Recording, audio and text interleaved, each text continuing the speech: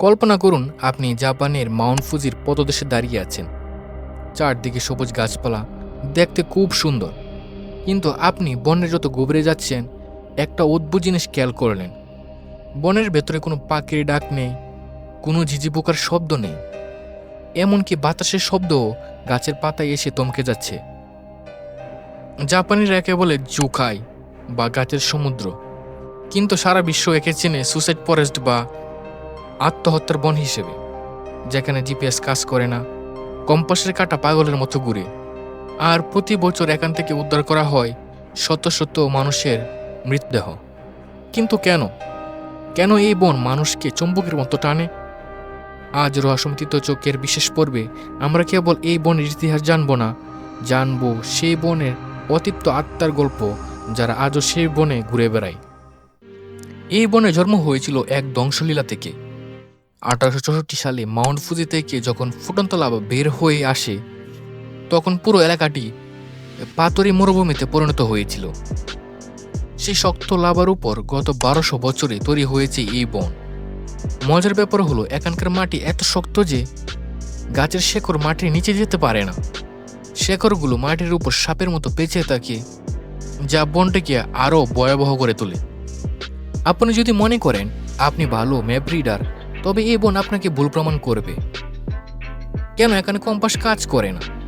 বিজ্ঞানীরা বলেন এখানকার মাটির নিচে প্রচুর পরিমাণে ম্যাগনেটিক আয়রন বা চুম্বকীয় লোহা রয়েছে, যা কম্পাসকে বিকল করে দেয়। ফলে একবার পথ হারালে আপনি একই জায়গায় বারবার ফিরে আসবেন।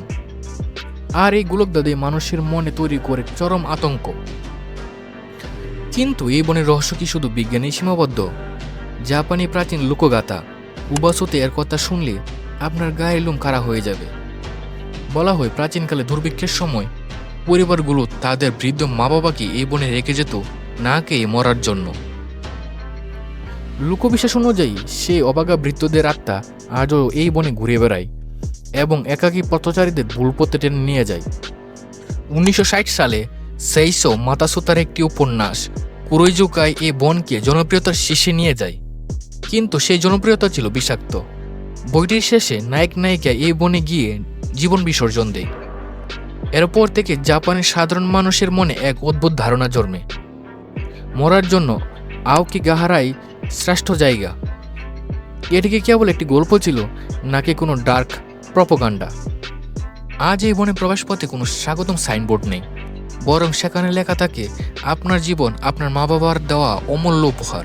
একবার আপনার সন্তানের কথা ভাবুন। বনের ভেতরে হাঁটলে আপনি গাছে গাছে বাঁধা নীল বা হলুদ রঙের ফিতা দেখতে পারবেন। এগুলো সেই সব মানুষের রেখে যাওয়া, যারা ভেতরে যাওয়ার সময় ভেবেছিলেন হয়তো তারা আবার ফিরে আসতে চাইবেন, কিন্তু অনেকের ক্ষেত্রে এই ফিতা আর উল্টো পথে ফেরেনি। হলিউড থেকে ইউটিউব, লোগান পল থেকে শুরু করে দ্য ফরেস্ট সিনেমা, সবাই এই বনকে তাদের ক্যামেরায় বন্দি করতে চেয়েছে।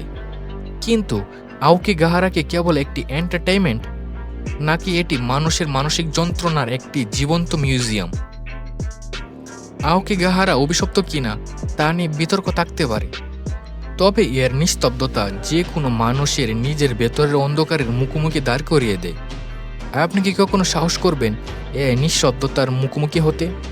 কমেন্টে আমাদের জানান। রহস্যের গভীরতা আরও জানতে হলে সাবস্ক্রাইব করুন রহস্যময় তৃতীয় চোখ। দেখা হচ্ছে পরবর্তী কোনো ভিডিওতে। ধন্যবাদ সবাইকে, সবাই ভালো থাকবেন।